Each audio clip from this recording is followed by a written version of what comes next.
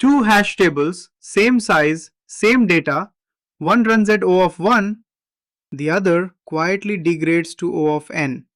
The difference isn't the table, it's the hash function. A good hash function needs three things.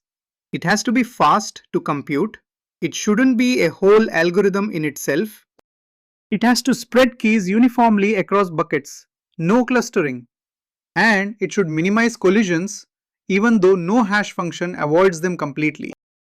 To see why these rules exist, let's break a few bad ones before we build a good one. Say you're hashing 4 numbers into 1,000 buckets.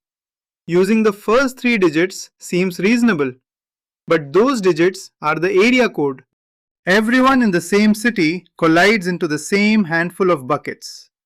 Even the safer choice, the last 3 digits, can still cluster if your data has patterns. And if you think that's easy to spot, here is an even subtler trap. Take 4 anagrams ABCD, BCDA, CDAB, and DABC.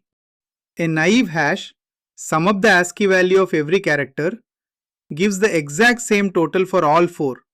Every single one collides into the same bucket, 100% collision rate, because addition doesn't care about order.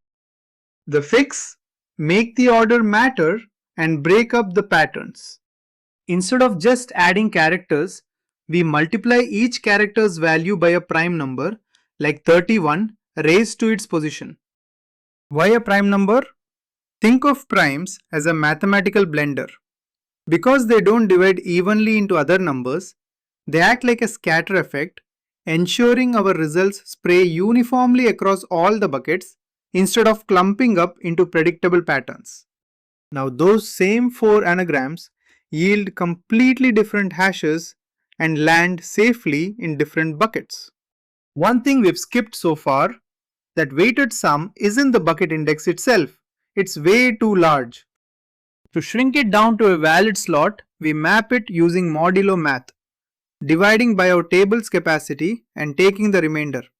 For example, for cat, dividing its hash code by 8 leaves the remainder of 6, landing it right in bucket 6. This is also exactly what breaks later when a hash table resizes, change the bucket count, and mod gives you a completely different answer for the same key. Which brings us to that number of buckets, the modulus you're actually dividing by. Pick a prime number close to your expected data size.